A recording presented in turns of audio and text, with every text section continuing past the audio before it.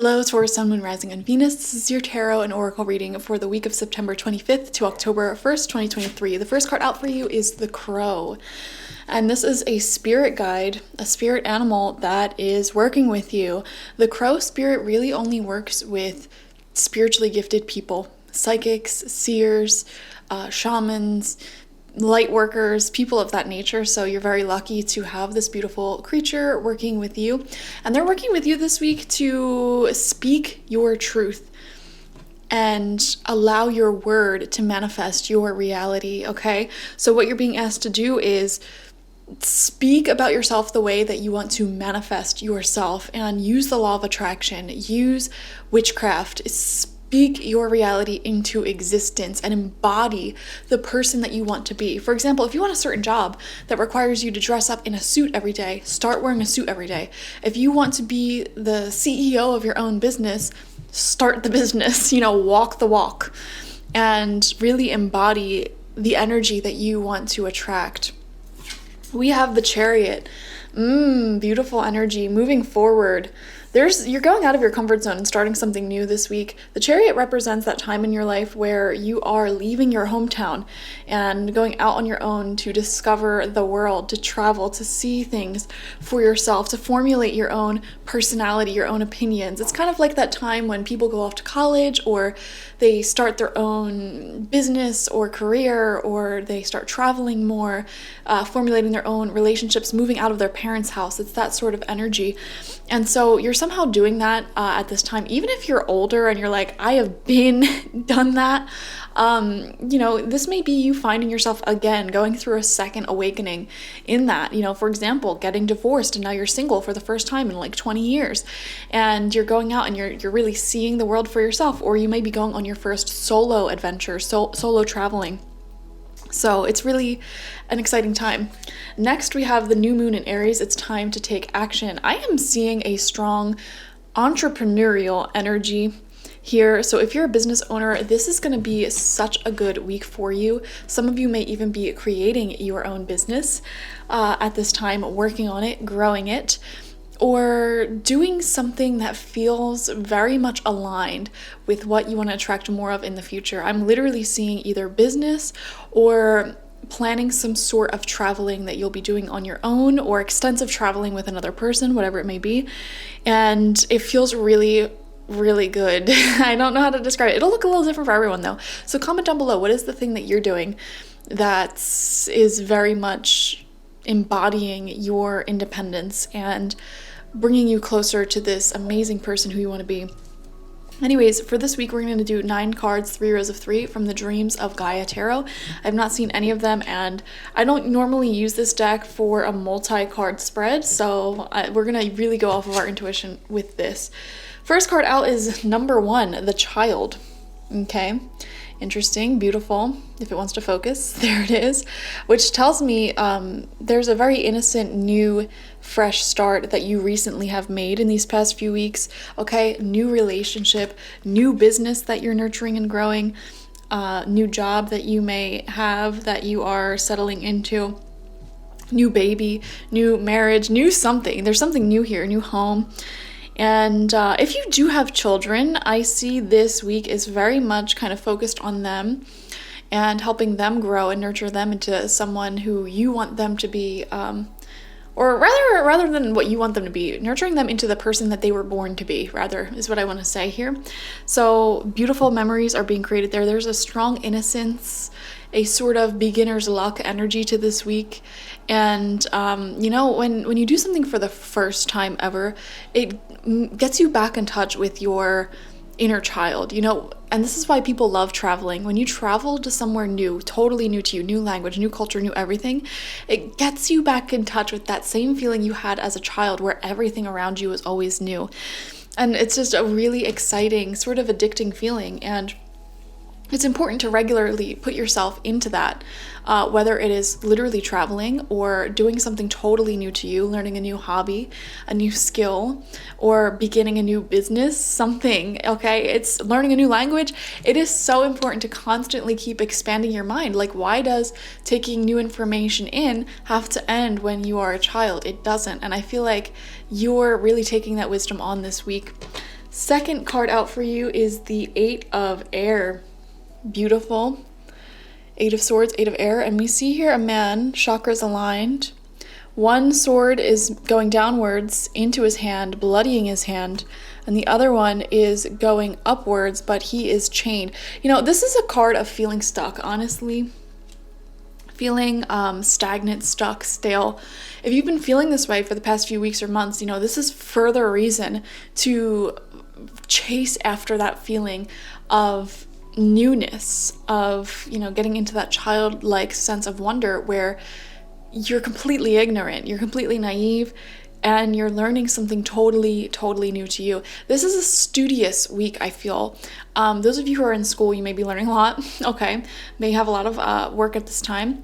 Or some of you are deciding this week, like, I'm going to learn this new skill and I'm actually going to practice it as often as I can. So it feels good. Third card out is the 10 of Fire, which came out for another group here. And again, chakras aligned and opened, and you're creating your reality. Okay, tools in hand here. You're taking on the responsibility of bringing something into existence. Resistance. Why did I say resistance? Maybe something that you're bringing into existence may be showing you some resistance, and you're thinking to yourself, like, should I give up because of this? And the answer is no. Okay, when you expand as a person, you have to overcome challenges. When you bring an idea into existence, you will meet challenges. And the whole point of that is to overcome these challenges and to have the thrill of learning. When you learn, you're essentially just overcoming challenge after challenge after challenge. I don't know this, find a solution, challenge has been overcome. And that's learning. That's the process of it. So you're being asked here, when you naturally run into challenges this week, to be grateful for those challenges, because that's where the lessons will be found. And that's when you can tune back into your childlike wonder. You could do that, or you can stress out, okay? One or the other. And I encourage you to look at it from the perspective of being in that childlike wonder. And in fact, when I look at this card, I think of that, like the sword that's going down into his hand, that's him being frustrated, like, oh my gosh, there's all these challenges, and freaking out, worrying, and he's hurting himself with that way of thinking, versus this hand, which is viewing this as an opportunity, like, okay, these challenges are great, I can solve these challenges and it will help me grow even more, which is why I came to this earth anyways. But yeah, there's definitely new mind energy coming in, learning. Second row out for you, fourth card, is the 9 of Fire I believe this is the 9 of Fire in reversed, and this is what it looks like upright. And we see here someone third eye open, hair on fire, soul on fire, grounded in Mother Earth down here. It looks like their sacral chakra is aligned as well. Very passionate, very sensual. And there is a rose. It's a white rose, which represents purity, pure intentions, right over the heart space. So this is in reversed, and you know what this is telling me?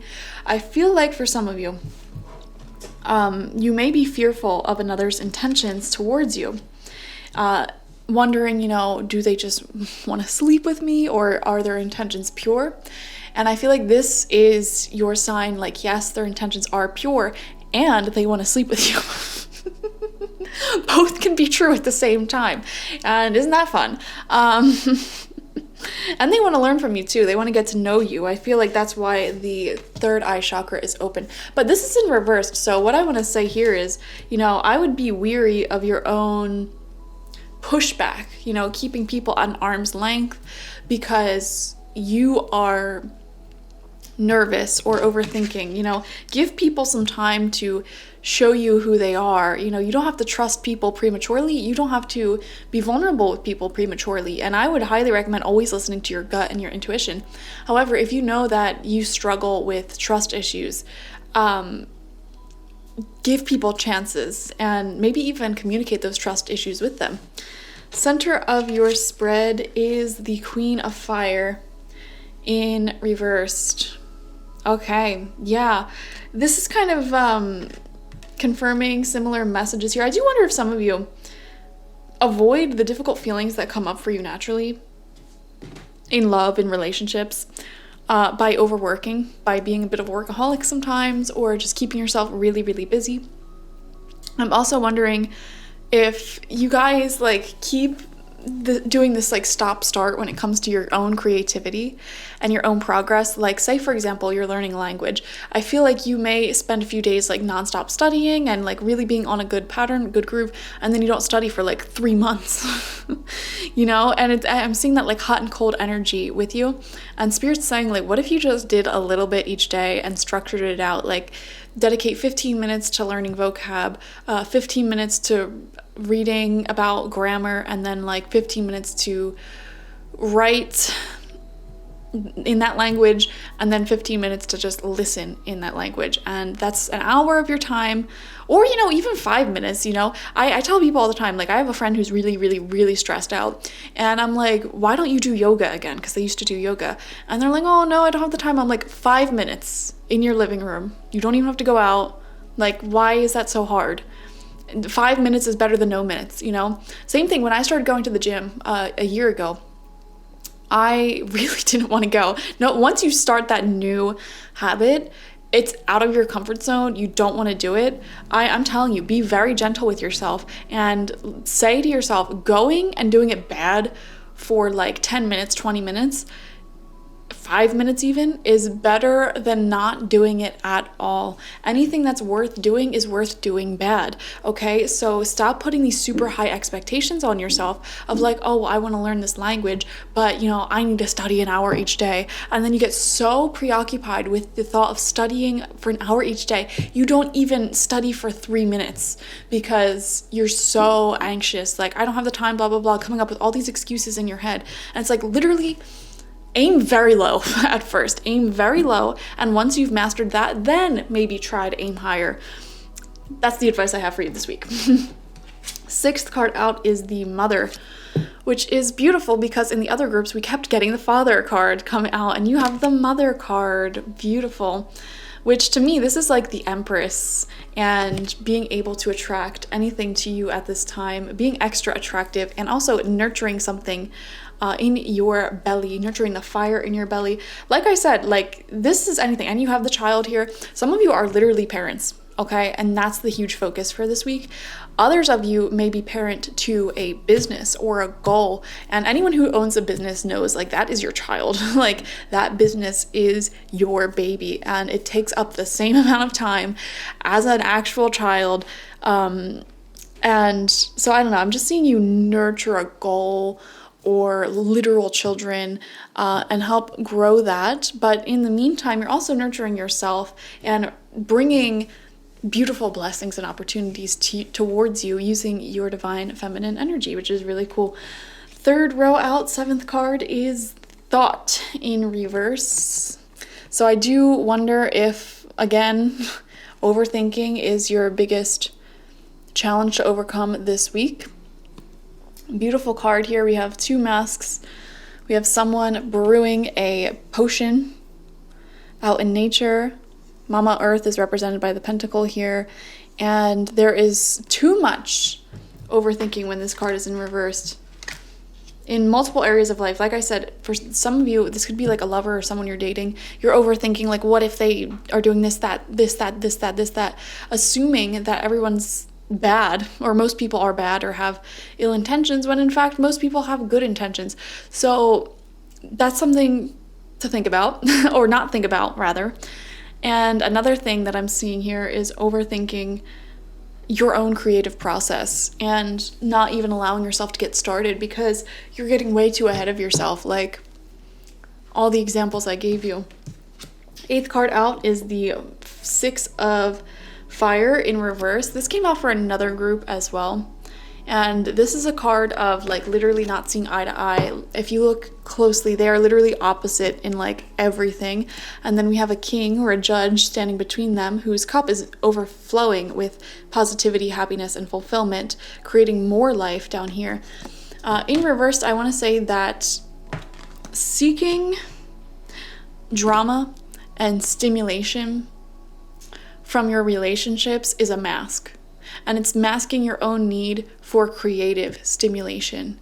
Okay, so for example, like if you constantly if you find yourself in this pattern of like being in a happy relationship or friendship and then starting to overthink it some days, especially if you're a woman, this can actually sync up to your period cycles, specifically the 2 weeks before your period begins. You may find yourself overthinking your relationships, your friendships, everything, and like kind of picking fights a little bit. But what you don't realize is that the reason you're doing that is because you're a creative soul who, like I said, you're supposed to stay in this childlike energy your whole life. You know, not being naive. Obviously, you're an adult and, you know, doing adult things. However, constantly growing, trying new things, seeing new places, etc., learning new things. And a lot of people like just think that when you're an adult, there's nothing more to learn, whatever. Like I just live my life. I go to work, I come home, I sleep, whatever. No, like continuously learn more things, like learn some languages, see new places, take on new hobbies, start new businesses, keep trying new things and expanding. You not doing that is contributing to the overthinking that you're experiencing. And I don't know why I keep coming back to this dumb phrase. Like all year, this quote keeps coming up in readings, and it's like an old Protestant quote from like the Pilgrim era, I believe, where it's like, how does it go? Idle hands are the devil's hands or something like that, you know? When you have a lot of time on your hands, you're not doing anything in particular, it leads to overthinking, temptation, toxicity, whatever. And I kind of do believe that to be true a little bit. Okay, I feel like, and I believe this because I went through this myself. In my early years of business, I was not getting much business. And instead of, you know, keeping myself busy and creative and doing all the ideas that I had, I would just sit here and worry about not getting business, and I would try manifesting more business and worrying and manifesting and worrying and manifesting. And I'm like, why do I just keep scraping by? And I'm like, if instead of worrying, I just like do the ideas that I have and keep my hands busy and distract myself. That was the thing. I didn't want to do it because I'm like, oh, well, I don't just want to distract myself from these feelings. I want to feel my feelings. Super dumb. Super dumb in retrospect. And I feel like similar message applies to you right now. Like, instead of worrying, instead of overthinking, do, you know, expand, grow. Final card out for you is the 10 of Air in reversed, which is kind of a card of endings. Also, I see these butterflies as ideas as well, taking off. Okay. But air and these winged creatures do represent thoughts. And I feel like this is asking you to put the final nail in the coffin of your overthinking, of your habit of overthinking. Like, this is a time to fundamentally change who you are as a person and return back to this inner child, inner artist, creative energy where you are constantly growing and expanding. Beautiful. That's your reading, guys. Thank you for joining me. Watch for your sun, moon, rising, and Venus signs this week to get the fullest overview of this week ahead. Like, share, comment, and subscribe. And if you want a personal reading with me one-on-one, the link to that is always in the description box, spiritpsychic.org. I also offer my Goddess Energy Intention Oil there and my spiritual life coaching sessions there. All right. Bye-bye.